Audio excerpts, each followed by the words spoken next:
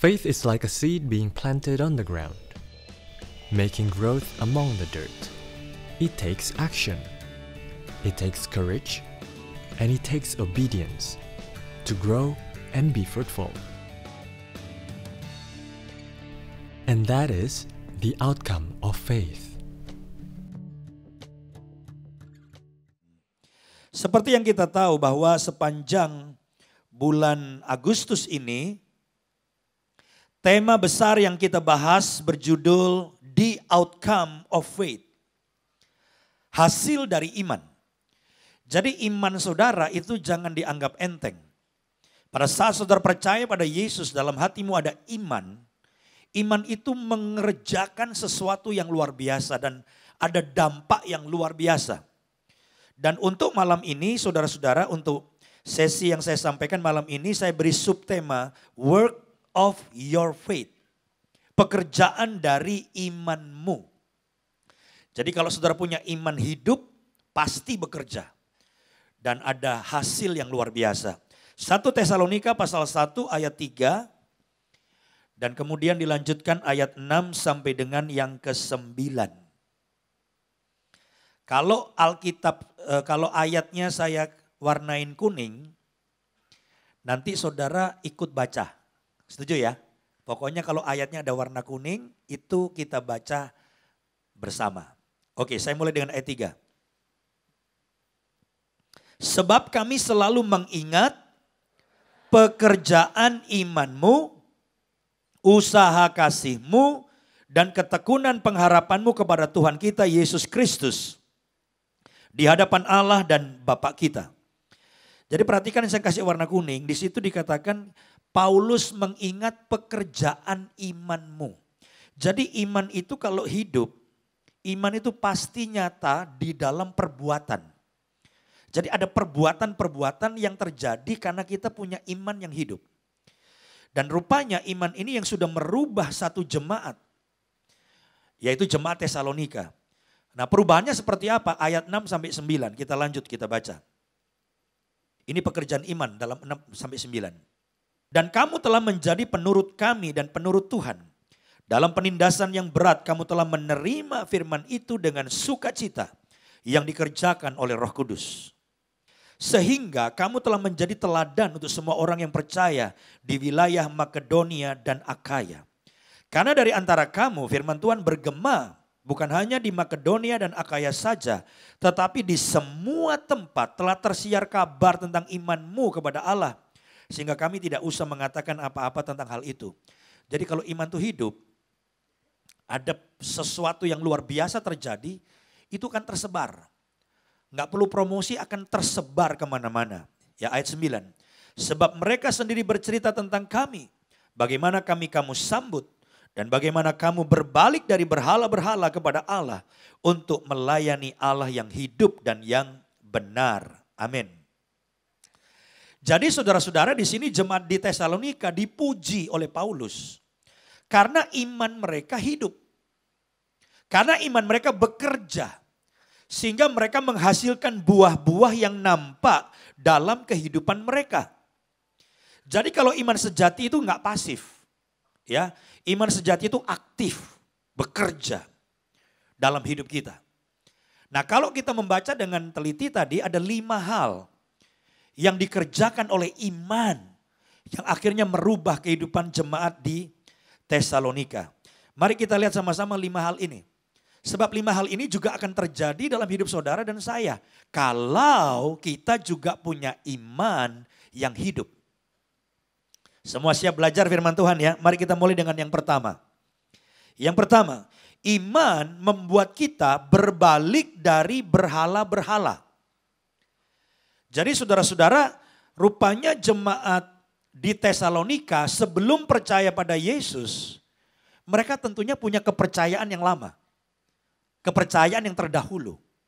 Tapi begitu mereka percaya kepada Yesus dan menerima Yesus dan beriman kepada Yesus, Alkitab berkata, coba kita baca ayat 9 tadi.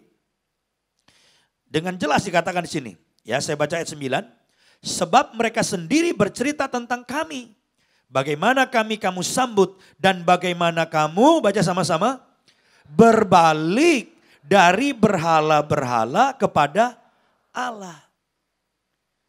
Jadi rupanya mereka begitu terima Yesus, mereka nggak mau lagi pegang yang lama.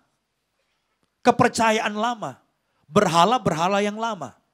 Dengan jelas mereka berbalik dari berhala-berhala dan hanya percaya kepada Allah, hanya percaya kepada Yesus. Nah, bagaimana dengan kita semua?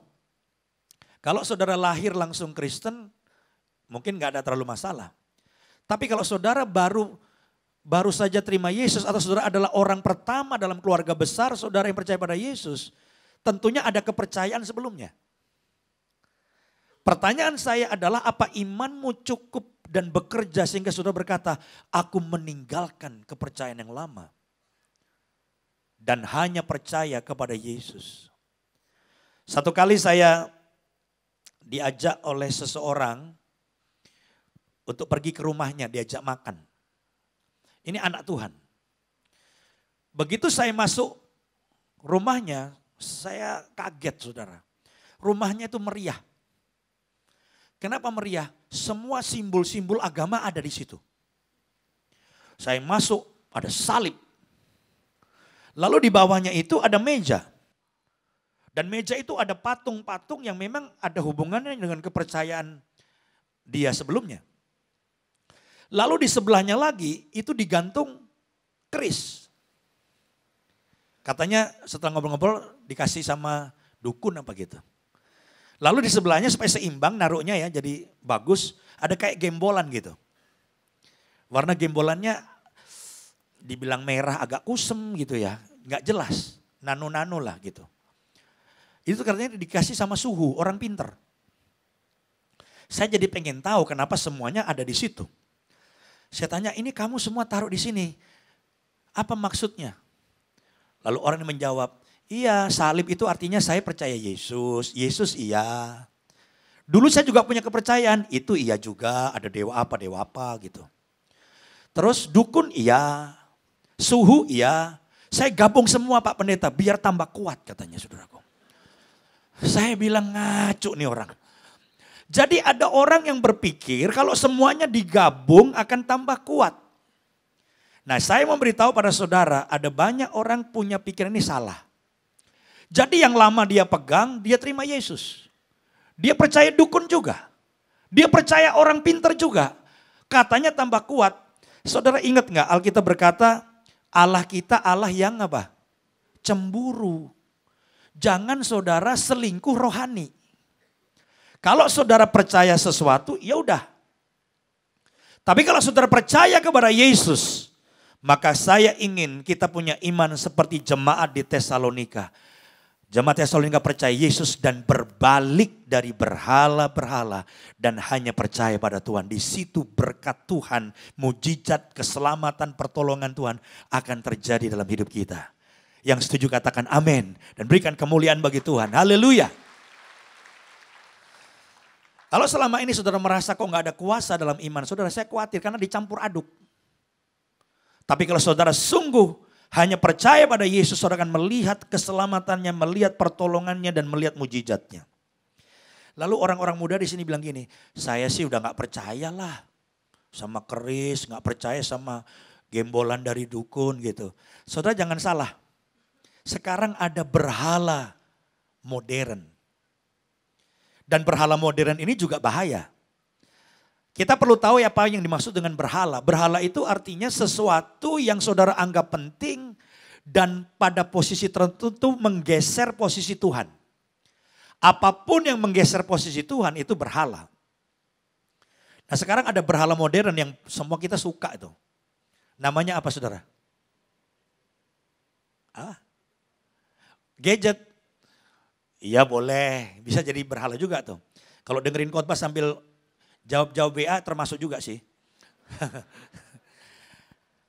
Yang saya maksud berhala yang menjadi saingan Tuhan terberat. Itu namanya apa?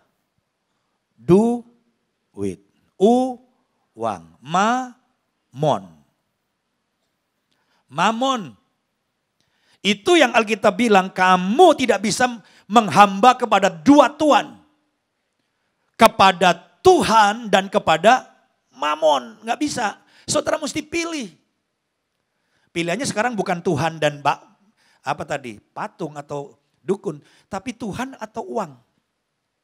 Berapa banyak orang meninggalkan iman, tidak bisa beribadah, tidak bisa pelayanan, tidak bisa baca Alkitab. Hanya mikirin uang, uang, uang. Ada lagunya tuh. Apa yang dicari orang uang. Apa yang dicari orang dari pagi sampai petang. Uang, uang, uang. Yaitu uang, uang. Uang jadi berhala. Apalagi pekerjaan. Tiap kali suruh ke gereja sibuk, sibuk. Suruh doa sibuk. Itu pekerjaan juga bisa jadi berhala ketika menggeser posisi Tuhan. Apalagi hobi. Ada jemaat kita yang jarang datang minggu. Nggak bisa datang ibadah minggu. Satu hari minggu dia datang. Ini orang jarang datang kok minggu bisa datang. Dan saya tanya, kamu biasanya jarang datang, saya perhatikan kamu datang nih. Kenapa kamu jarang datang sih? Dia jawabnya apa? Saya punya hobi Pak, tiap minggu saya main golf. Dan saudara tahu kalau main golf berapa hole gitu ya, itu bisa 3-4 jam. Jadi dia bilang saya nggak bisa ke gereja karena saya punya hobi main golf. Saya kejar, nah sekarang kok bisa? Kamu hari Minggu ke gereja, hari ini hujan Pak katanya, nggak bisa main golf saya. Jadi kalau dia hujan nggak bisa main golf, baru dia ke gereja. Nah ini bisa terjadi seperti itu. Beberapa hari yang lalu kalau saudara baca Revive, renungan harian kita itu namanya apa? Revive. Ada satu renungannya yang mengangkat seorang tokoh yang jadi ilustrasi. Nama orang itu seorang anak muda namanya Eric Liddell. Ini. Siapa Eric Liddell ini? Eric Liddell ini adalah seorang atlet. Dia pelari. Eric Liddell mewakili Inggris Raya dalam Olimpiade di Paris tahun 1924. Dia keren dan dia difavoritkan untuk mendapatkan medali emas dalam beberapa nomor. Salah satunya 100 meter. Lari 100 meter ini paling bergengsi. Dia ikut 100 meter, 200 meter dan 400 meter. Tetapi saudaraku, waktu dia sudah mendekati dapat medali emas dan dia memang paling difavoritkan di 100 meter. Dia akhirnya menolak untuk pertandingan final kalau nggak salah untuk 100 meter. Di mana dia sangat punya kemungkinan untuk jadi juara. Kenapa? Dia bilang sama panitia, saya tidak bisa ikut lomba lari 100 meter ini. Kenapa? Karena diselenggarakan pada hari Minggu. Dan saya sudah berjanji kepada Tuhan.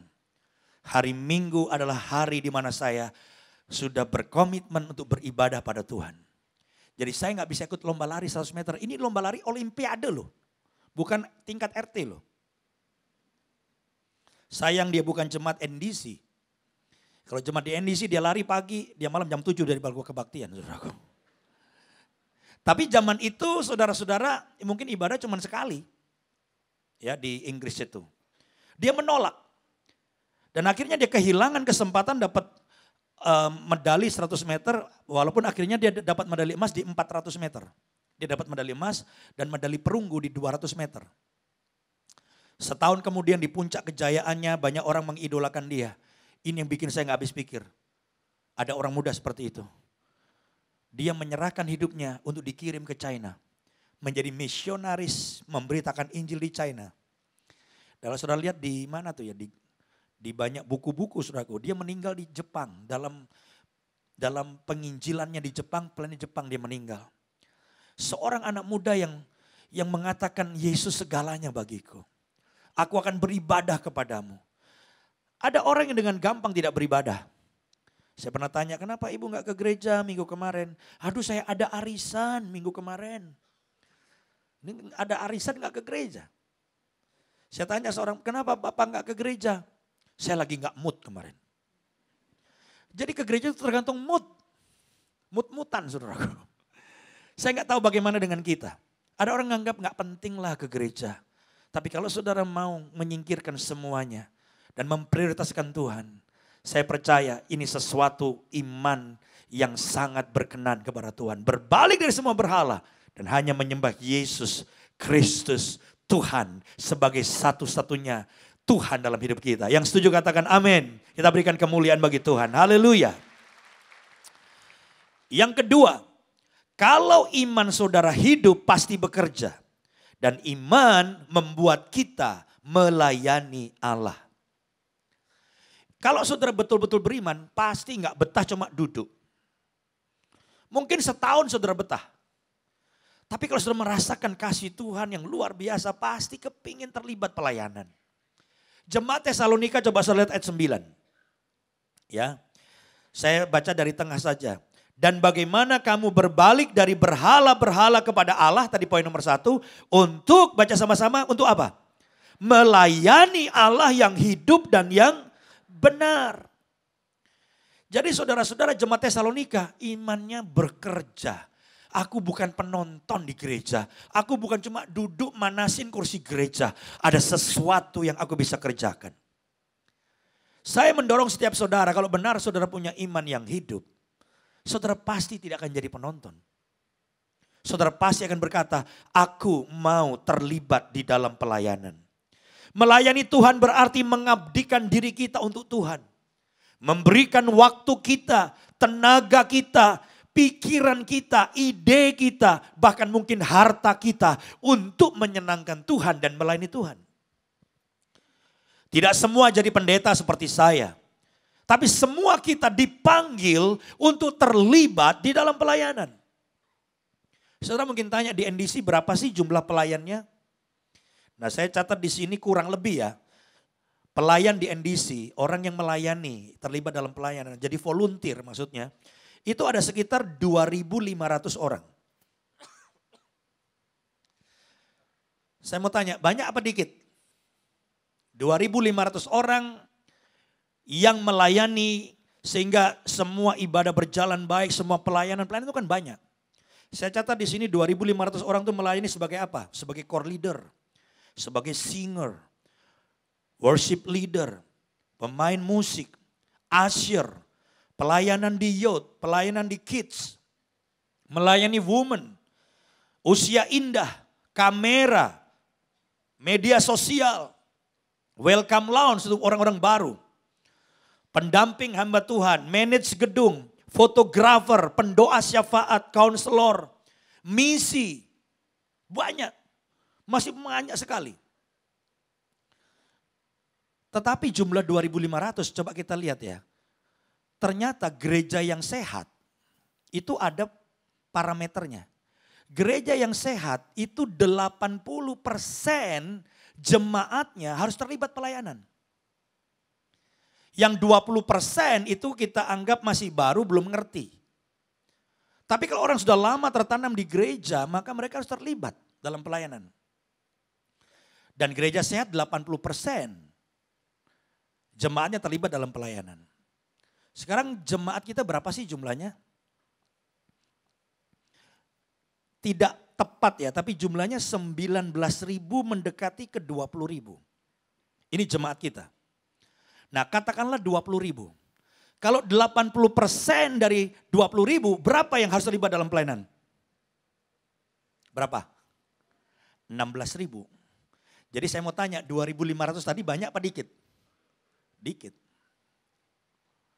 Karena Tuhan tidak ingin kita jadi penonton. Saya ingin katakan orang ketika jadi penonton di gereja kerjaannya akan mengkritik. Sama kayak pemain bola lah. Kita jadi penonton bola itu bintang terkenal nendang gak masuk gawang. Kita bilang apa? Goblok. Padahal kalau kita yang main lebih goblok 1000 kali lipat. Dan kita menjadi orang saudara-saudara yang mengkritik. Coba saudara terlibat dalam pelayanan. Wah beda. Dan melayani Tuhan itu upahnya besar. Di bumi ada upahnya. Di sorga ada upahnya. Amin saudaraku. Ya kalau saudara di bumi melayani hidup saudara lebih baik. Kenapa? Karakter kita dibentuk. Itu satu kebaikan juga. Itu upah buat kita. Tapi juga saudara pasti diberkati. Ada banyak yang terima tamu di depan itu direktur.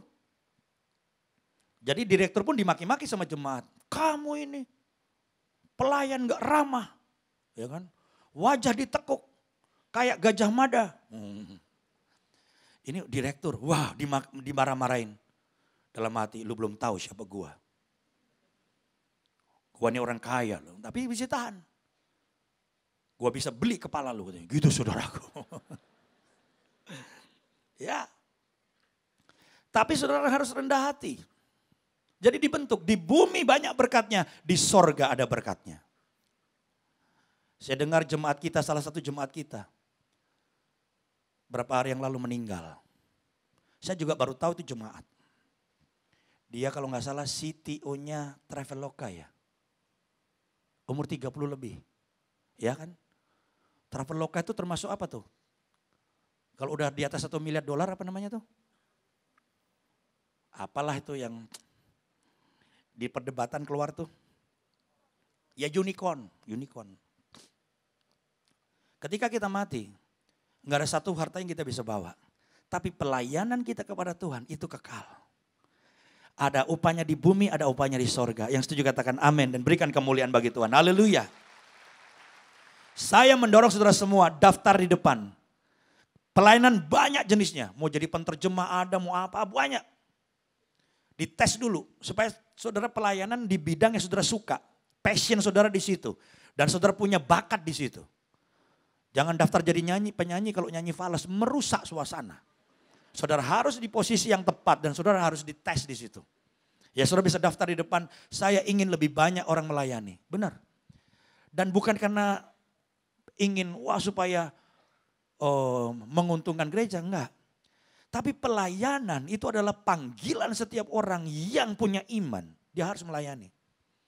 Dan sukacita melayani luar biasa.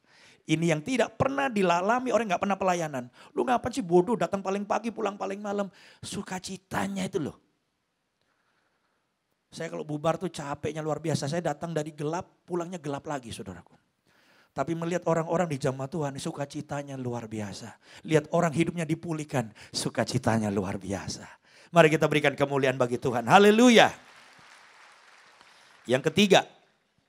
Iman, kalau imannya benar nih ya, iman hidup, iman bekerja. Iman membuat kita mentaati Tuhan dan pemimpin rohani. Ini dua ini, mentaati Tuhan dan pemimpin rohani. Jadi kalau saudara tanya, apa sih ciri orang beriman? Taat. Orang beriman itu nomor satu bukan mikirin mujizat. Mujizat itu pasti, kalau saudara beriman. Tapi ciri yang paling jelas orang beriman, dia taat sama Tuhan. Dulu dia melakukan apapun gak pusing. Dia mau bohong, dia mau berbuat dosa, dia gak pusing. Tapi begitu dia bilang dia beriman, tiap kali dia melangkah, dia akan tanya, Tuhan ini sesuai firman-Mu enggak? Tuhan ini menyenangkan hati-Mu enggak? Tuhan ini mendukakan hati-Mu enggak? Jadi patokannya tuh firman. Tetapi ketaatan kepada Tuhan itu juga didahului dengan ketaatan kepada pemimpin rohani. Ayat 6. Coba lihat. Dan kamu telah menjadi, baca sama-sama, penurut kami dan penurut Tuhan. Jadi penurut Tuhan, taat sama Tuhan itu belajar untuk mentaati pemimpin. Kami itu kan pemimpin rohani, Paulus. Saya ngomong begini bukan karena saya pemimpin di sini. Kepemimpinan di NDC banyak. Choir aja ada pemimpinnya. Bayangkan kalau anggota choir gak mau taat. Ke kiri semua, enggak gua mau ke kanan, rusak enggak saudaraku? Mundur, enggak gua mau maju. Enggak bisa, semua harus belajar mentaati pemimpin. Asyir ada pemimpinnya, musik ada pemimpinnya, singer ada pemimpinnya. Bagaimana kita taat? Ada yang bilang, saya enggak mau taat, dia sama-sama manusia. Saya hanya mau taat kepada Tuhan. Biasanya orang yang tidak taat sama pemimpin, susah untuk taat sama Tuhan yang enggak kelihatan. Benar enggak saudara? Iya. Sama kita bilang, saya mau cinta Tuhan, saya cinta Tuhan. Tapi sama temennya satu kor aja nggak bisa menolong, nggak bisa punya empati. Temennya nggak bisa makan, nggak mau ditolong, nggak bisa mungkin ada butuh sesuatu. Saya bilang, saya cinta Tuhan. Tuhan bilang apa? Itu yang paling hina itu kamu lakukan, itu perbuatanmu kepadaku, kata Tuhan. Cinta Tuhan itu dibuktikan dari mana? Dari cinta orang lain. Amin saudara. Ada orang bilang, kalau yang lain gak penting, yang penting cinta Tuhan, cinta Tuhan. Kalau nyanyi sampai miring-miring, cinta Tuhan. Tapi sama mertuanya, jahatnya. Kalau mertua pengecualian, saya lain yang cinta, yang mertua enggak. Tiap hari doain mertuanya, Tuhan kapan kau cabut nyawa mertua saya. Kan gitu saudaraku. Aduh, tapi dia bilang cinta Tuhan, enggak bisa. Demikian juga mentaati Tuhan itu dimulai dengan mentaati pemimpin. Core leader, taat tuh anggotanya. Di sini ada banyak kepemimpinan. Perhatikan Ibrani 13 ayat 17. Taatilah pemimpin-pemimpinmu dan tunduklah kepada mereka. Sebab mereka berjaga-jaga atas jiwamu sebagai orang-orang yang harus bertanggung jawab atasnya. Dengan jalan itu mereka akan melakukannya dengan gembira, bukan dengan keluh kesah, sebab hal itu tidak akan membawa keuntungan bagimu. Ini Alkitab yang bilang. Kecuali pemimpinnya ngaco. Pemimpinnya kasih perintah yang tidak sesuai firman, jangan ikut. Ayo ambil uangnya orang lain, jangan. Udah kawin, ayo kawin lagi, malah mau ngikut yang beginian saudaraku. Amin. Jadi kita kalau punya iman kita taat kepada Tuhan tapi belajar juga untuk taat kepada pemimpin rohani. Yang setuju katakan amin. Kita berikan kemuliaan bagi Tuhan. Yang keempat. Kalau saudara sungguh-sungguh punya iman yang hidup, iman membuat kita bertekun dalam kesukaran. Bertekun ini menyangkut masalah daya tahan. Iman membuat kita punya daya tahan menghadapi kesukaran.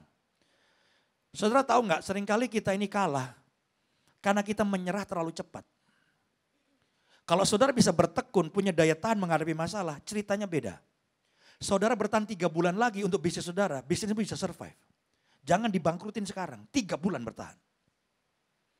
Kalau saudara bisa bertahan 6 bulan lagi, perceraian tidak terjadi. Tapi Anda menyerah terlalu cepat. Perceraian terjadi. Ada banyak kasus saya lihat sebetulnya bisa dipulihkan. Tapi tidak punya daya tahan karena gak ada iman. Menyerah terlalu cepat membuat kita tidak bisa melihat pertolongan dan kuasa Tuhan. Nah perhatikan ayat 6. Dan kamu telah menjadi penurut kami dan penurut Tuhan. Udah poin ketiga tadi. Dalam, baca sama-sama dalam apa?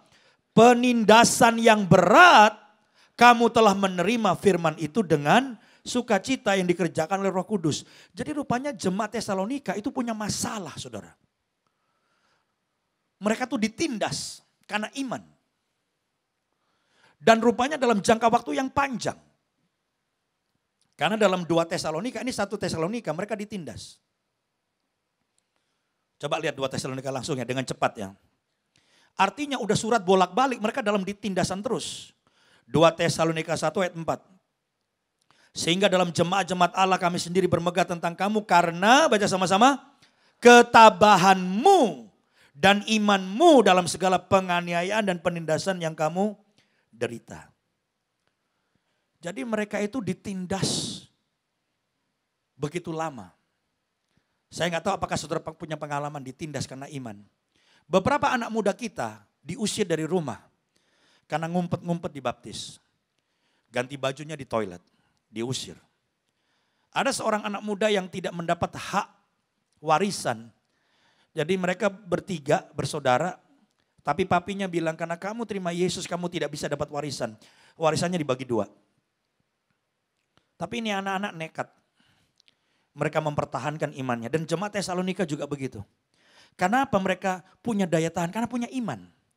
Perhatikan ketabahan, kata ketabahan itu sama dengan ketekunan. Itu diterjemahkan dari kata Yunani, dari kata hipomones.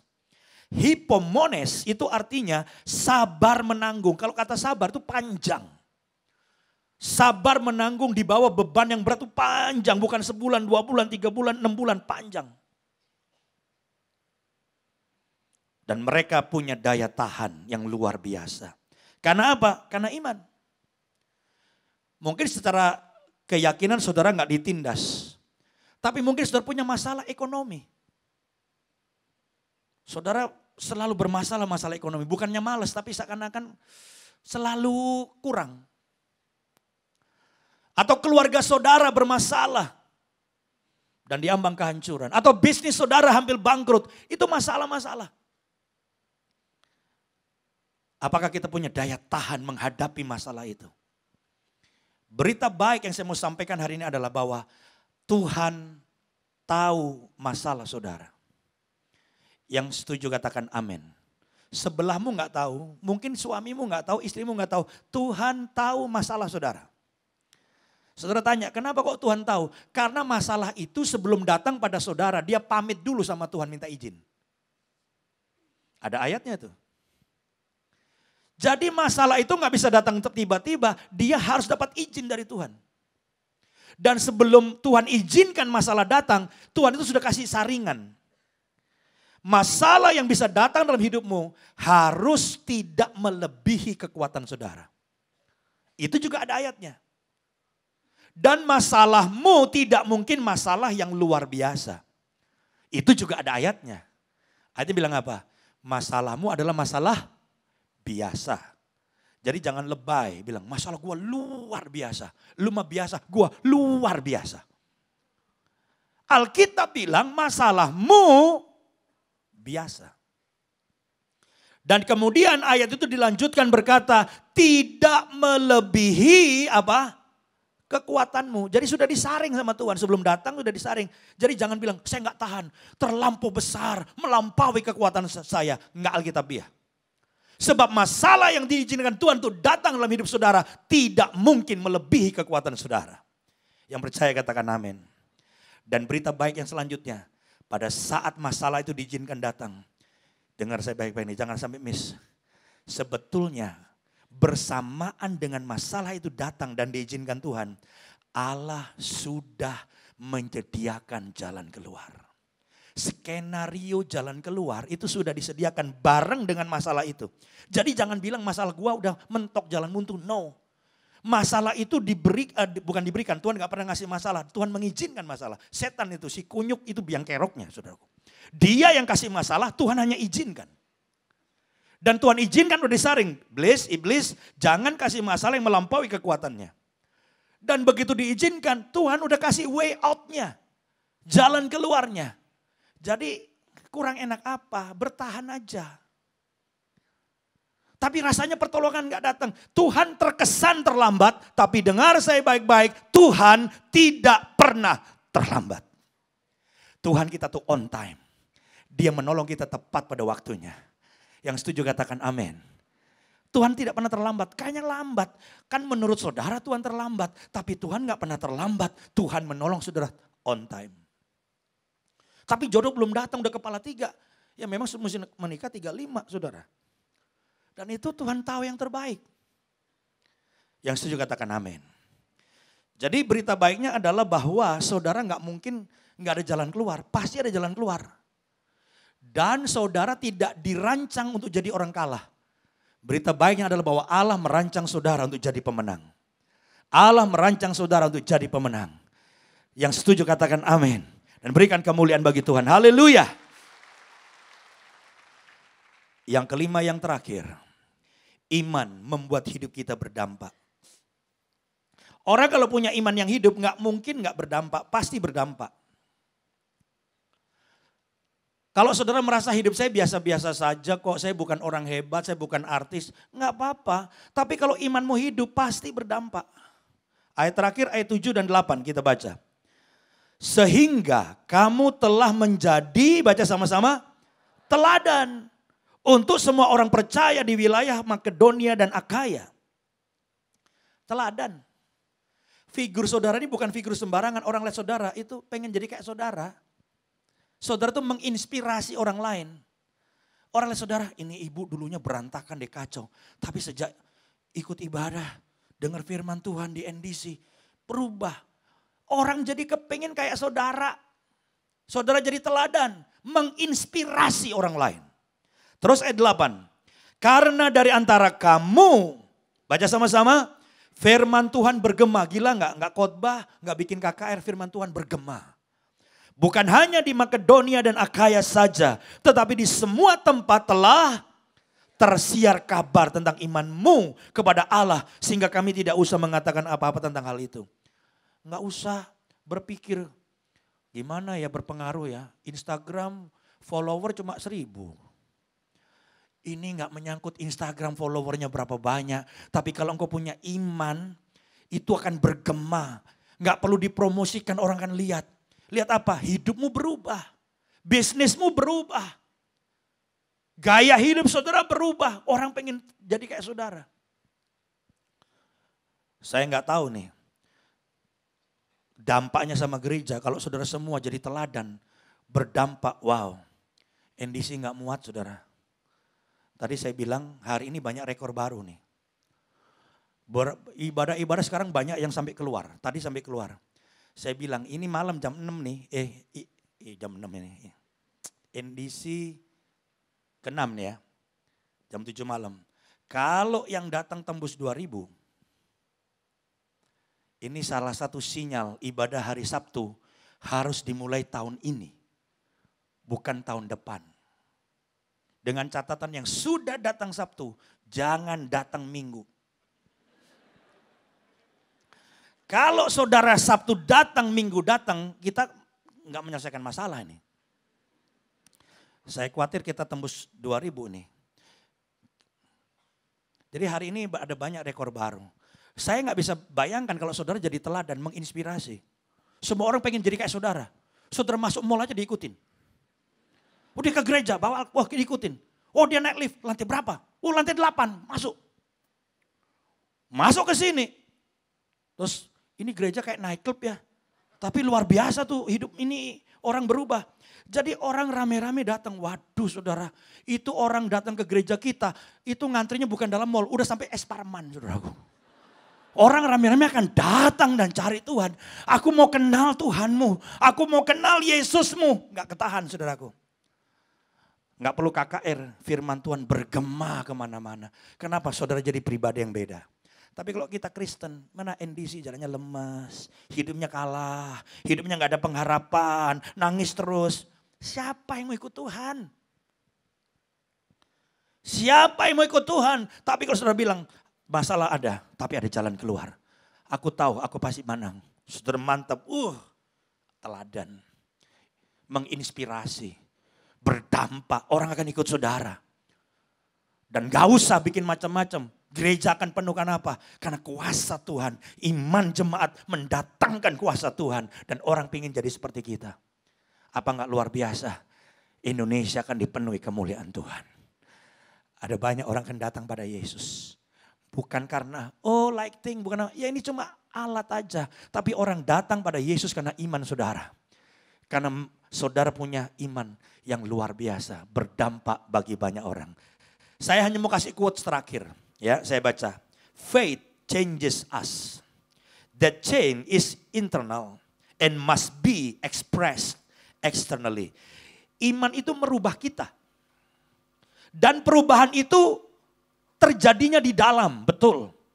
Tapi jangan lupa, itu pasti akan nampak di luar. Terekspresi di luar. Kita nggak bisa tahan, iman tuh kayak dynamite kan keluar. Akan memancar. Orang ketemu saudara, ini orang ada hawanya. Bisa lihat kan? Orang dekat aja bisa, ini orang ada hawanya. Ngomongnya mantep. Kata-katanya nggak ada negatif, ada hawanya. Saya kadang-kadang dekat sama orang saya bisa tahu ini orang ada urapan. Tapi saya bisa dekat orang saya bisa tahu ini orang kosong. Kosong melompong, badannya doang gede. Saya bisa tahu kan ini orang ada isinya. Ada isinya, bukan ada setan, ada isinya maksudnya. Tapi ini orang punya power. Dan itu gak bisa ditahan. Orang ketemu saudara pengen jadi seperti saudara. Karena apa? Karena engkau punya Yesus yang luar biasa. Engkau punya iman yang luar biasa. Dan itu nampak keluar. Saya berdoa. Iman kita menggoncang Jakarta. Iman kita menggoncang Indonesia. Indonesia penuh kemuliaan Tuhan. And that is the outcome of faith.